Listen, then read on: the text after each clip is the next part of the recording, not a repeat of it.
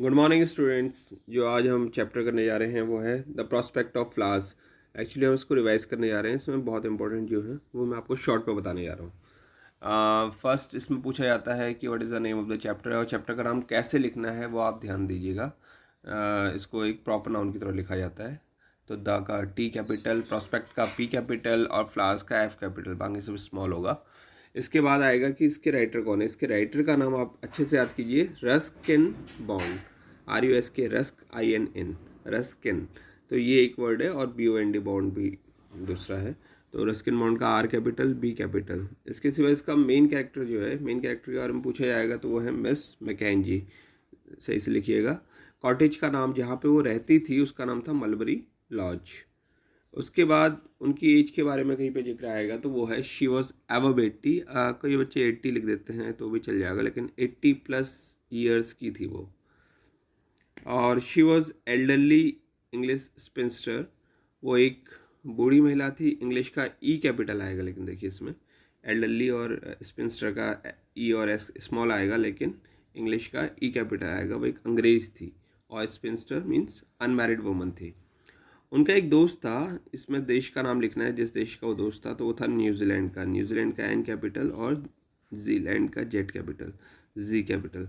और वो उनको हर महीने पेंशन भेजता था, मंथली पेंशन उनको मिलती थी, और वो थी 40 रुपीज़। 40 की स्पेलिंग बहुत सारे बच्चे गलत लिखते हैं, तो वह यहाँ पे आप देख लीजिए।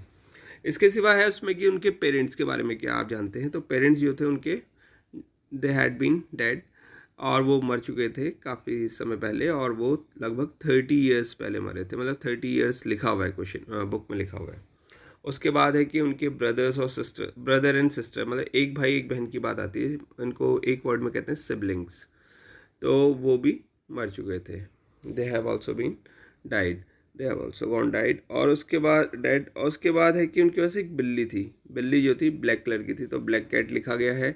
और उसकी आँखों के बारे में थोड़ा सा जिक्र है, तो वह है ब्राइट येलो आइज, इसलिए एक साथ यहाँ पे लिखा है मैंने। इसके बाद आप देखिए कि उनके कोई रिलेटिव्स नहीं थे इंडिया में। अगर ये क्वेश्चन पूछा जाए कि क्या उनके कोई रिलेटिव थे, ट्रू फॉल्स आए या चाहे कुछ है फिल इन द ब्लैंक्स, तो आप उस पर ध्यान देंगे। तो कोई रिलेटिव इंडिया में नहीं थे, और जगह भी नहीं थे, लेकिन बुक में यही लिखा है कि इंडिया की बात हुई है। हालांकि इसमें आगे जाके कहीं पे इंग्लैंड की बात भी आई है, लेकिन उसमें ज़्यादा कुछ नहीं लिखा है। इसके बाद है कि वो अकेली रहती थी, लोनली थी, लिव्ड अलोन लिखा हमने। Neat and white washed cottage, जो मलबरी लॉज था वो उसके बारे में जिक्र है कि वो नीट यानी कि साफ़ सुथरा था, वाइट वॉश था, सफ़ेदी किया हुआ कॉटेज था। इसके बाद इनकी एक दिन मुलाकात होती है एक बच्चे से। वो बच्चा जो है स्कूल बॉय होता है, और वो फूल तोड़ रहा होता है। प्लकिंग फ्लावर्स हमने वर्ड यूज़ किया है, तो प्लक फ्लावर्स, फ्लावर्स के साथ प्लक करते हैं जब फूल तोड़ने के लिए वर्ड होता है। इसके बाद उस बच्चे का नाम, इनकी बातें होती हैं आपस में, तो पता लगता है उस बच्चे का नाम है ANIL, अनिल। और he wanted to be a botanist, वो लड़का जो था वो बॉटनिस्ट बनना चाहता था, इसीलिए वो फूल तोड़ता था, फूलों के बारे में जानकारी इकट्ठी करता था। और जिस प्रकार से उनमें बात होती है, तो मिस मैकेंजी जो होती हैं वो भी बहुत नेचर लविंग होती हैं, और उन्हें भी प्रकृति से बहुत प्रेम होता है। उन्हें भी फूल पौधों की बहुत जानकारी होती है। नेचर में वो इतने कई वर्षों से रह रही होती हैं, क्योंकि वो 80 साल से ऊपर की थी, तो और इन्हीं पहाड़ों में रही थी, वो हिल स्टेशन पे ही रहती थी। यहाँ पे हिल स्टेशन, एक चीज़ सबको बता दूं मैं कि मसूरी जो शब्द है ये लिखा नहीं गया है।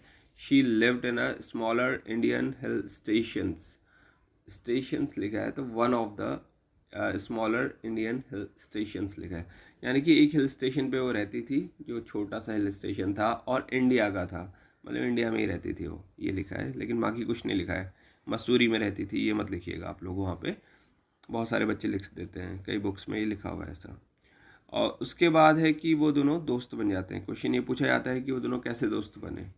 तो एक दिन की बात है, मैं आपको शॉर्ट में बता रहा हूँ कि एक लड़का है, वो मलबरी लॉज के आसपास के एरिया में, एक स्लोप है, पहाड़ी एरिया है क्योंकि, तो वहाँ पे कहीं पे ढलान है कोई पहाड़ की, तो उस पहाड़ के ढलान पे वो फूल तोड़ रहा है। वो एरिया जो है मिस मैकेंजी के घर के उसमें ही आता है, तो दायरे में आता है, बाउंड्रीज में आता है। तो वहाँ पे जब वो मिस मैकेंजी होती है, उस वक्त वो अपने खेत में, अपने बगीचे में, sorry, she was doing some work, तो वो कुछ काम कर रही होती हैं वहाँ पे।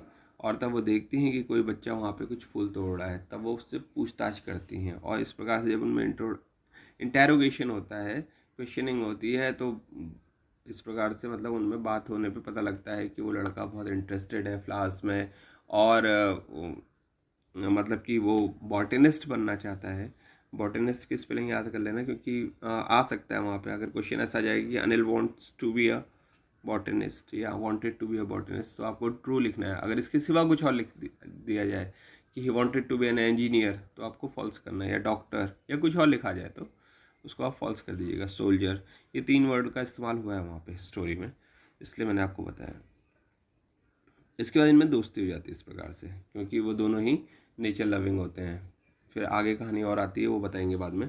एक वर्ड इसमें ट्रूअंट आया है, TRUANT, ट्रूअंट। ट्रूअंट ऐसे बच्चे होते हैं, जो ऐसे लोग होते हैं जो अपने काम से भाग रहे होते हैं, यानी कि जो अपना काम है उस काम को छोड़ के कहीं और गायब रहते हैं, बंक मारते हैं, जैसे कई बच्चे होते हैं। तो ऐसे ही एक बच्चा अनिल है, जो अपना स्कूल छोड़ के स्कूल आवर्स में वो फ्लावर्स कलेक्ट कर रहा है।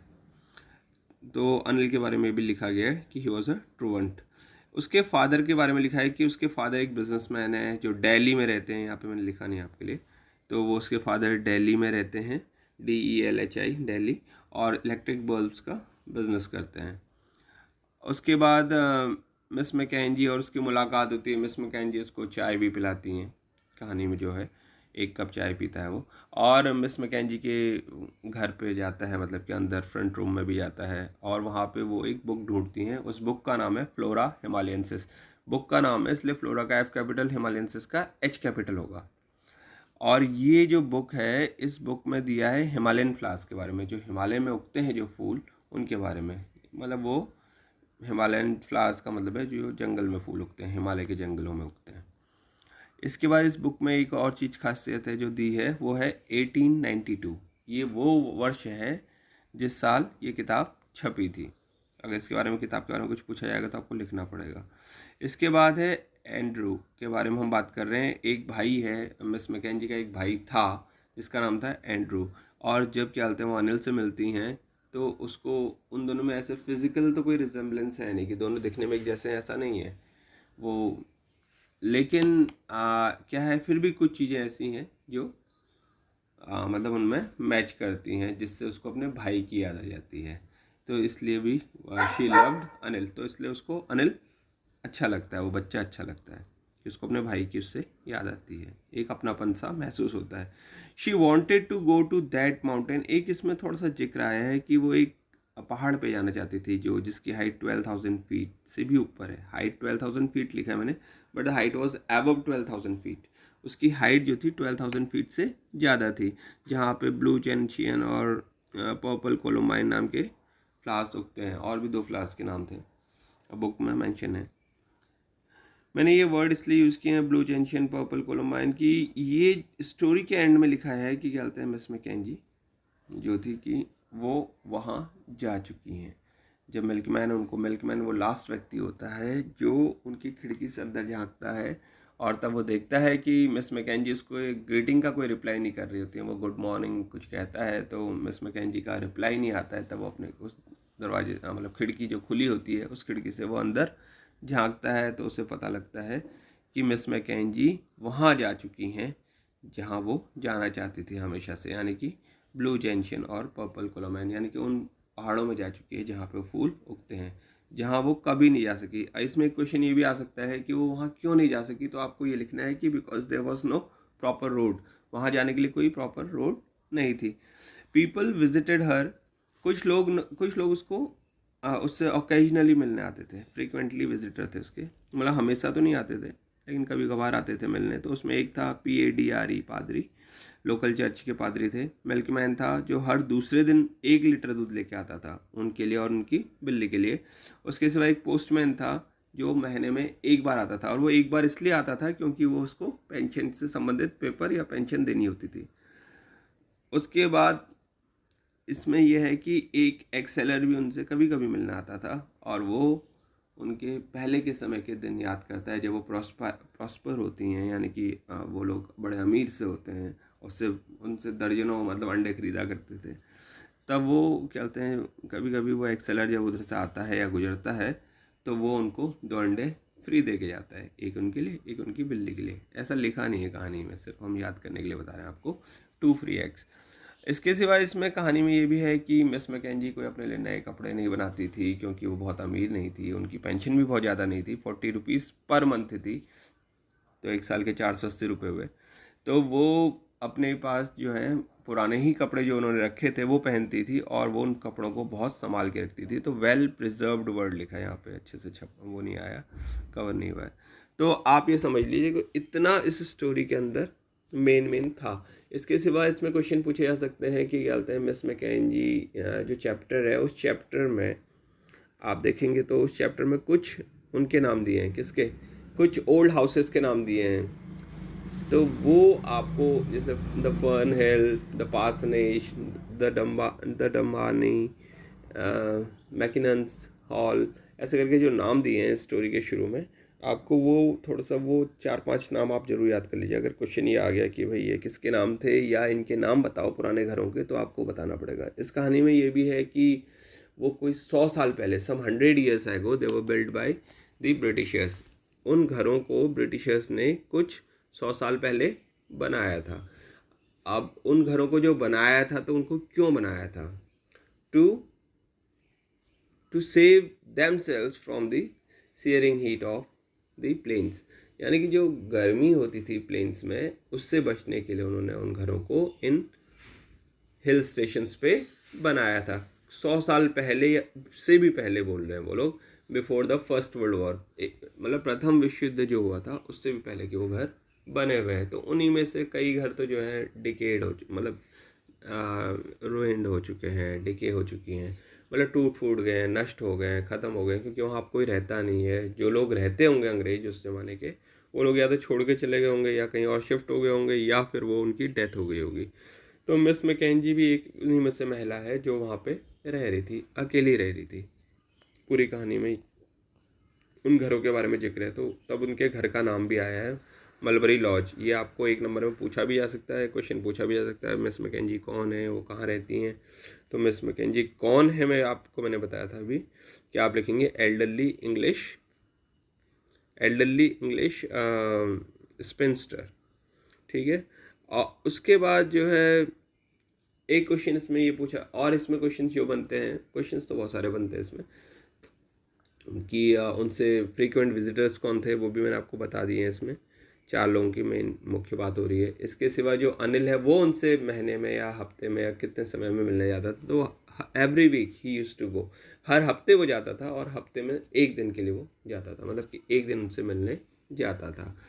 अनिल का उनसे इतना लगाव क्यों था, ये भी क्वेश्चन पूछा जा सकता है। तो उसमें मेन है कि कहते हैं, एक तो उसे लगता था कि मिस मैकेंजी के पास बहुत जानकारी है, उनके पास एक बुक भी थी, और वो हमेशा उनके पास लगभग जब भी जाता था तो एक मतलब वाइल्ड फ्लावर्स लेके जाता था, हमेशा कम से कम एक फ्लावर तो लेके जाता ही होगा, जंगली फूल, जिससे कि वो उसके बारे में कुछ जानकारी उनसे लेके आ सके, क्योंकि he was very interested in botany.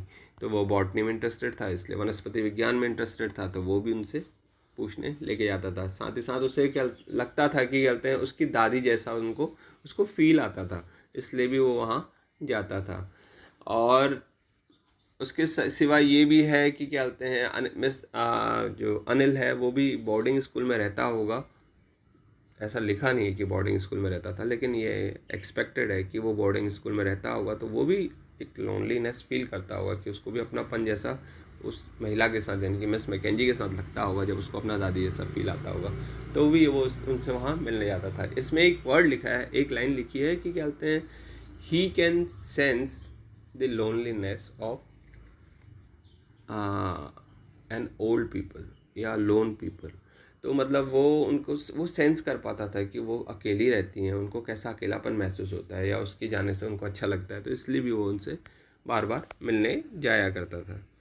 इस कहानी में मैंने बहुत सारे पॉइंट्स नहीं बनाए, फटाफट लिखा है तो, लेकिन और बता दूं मैं आपको कि कहानी में ये भी आया है कि मिस मैकेंजी से जितने बार भी वो मिलता है अनिल, वो हर बार उनको बड़ा पोलाइटली और बहुत अच्छे वे में, उनसे जेंटल वे में बात करता है, और उनको मिस करके ही एड्रेस करता है, संबोधित करता है, मिस करके, MISS मिस कहता है, yes miss, thank you miss, इस प्रकार से वो कहता है।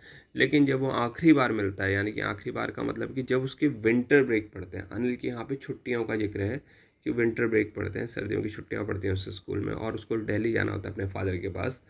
तब वो उससे एक दिन पहले, स्कूल क्लोज होने के एक दिन पहले, just a day before his school was going to be close, तो वो जो एक दिन पहले आता है मिस मैकेंजी से मिलता है, तो मिस मैकेंजी से वो पहली बार वो कहता है गुड बाय मिस मैकेंजी। तो ये मिस मैकेंजी वर्ड को पहली बार यूज़ करता है, गुड बाय मिस मैकेंजी कहता है। और इस कहानी में ये भी है कि मिस मैकेंजी एक बुक जो है फ्लोरा हिमालयंसिस उसको ज़बरदस्ती हैंड ओवर कर देती है, यानी कि दे देती हैं।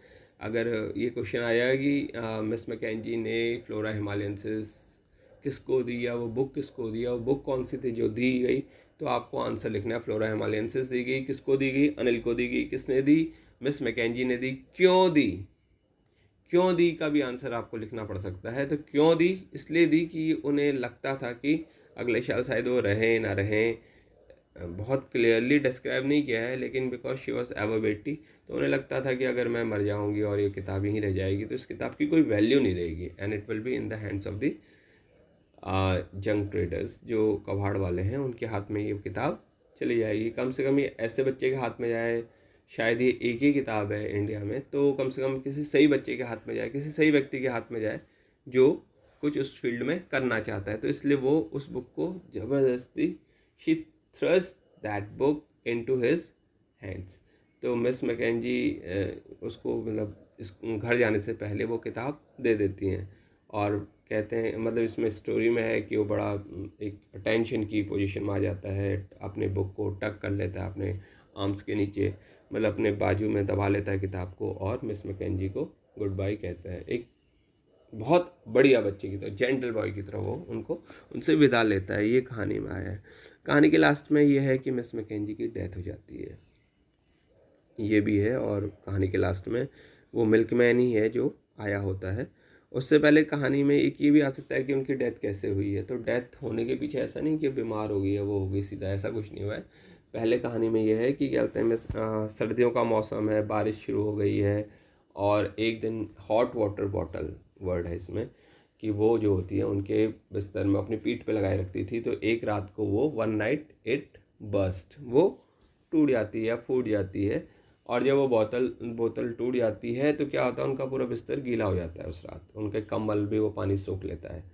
और अगले दिन से क्या होता है कि धूप ही नहीं आती है। जब वो धूप नहीं आती है तो उनके पास कोई अन्य बेडिंग की व्यवस्था नहीं है, बिस्तर नहीं है, तो मिस मैकेंजी को उसी बिस्तर पे रहना पड़ता है। तो वो बिस्तर धीरे धीरे कोल्ड और अनकंफर्टेबल हो जाता है उनके लिए, उनको फीवर हो जाता है, उसके बाद वो बुखार भी हो जाता है। और एक रात क्या होता है कि झटके से, हवा के ज़ोर से, या बहुत तेज़ हवा चलती है, विंड वर्ड आप यूज़ कर लीजिए, तो एक स्ट्रॉन्ग विंड जो होती है वो उसको खिड़की को धक्का मार के खोल देती है, जिस कमरे में मिस मैकेंजी रहती थी या सोती थी।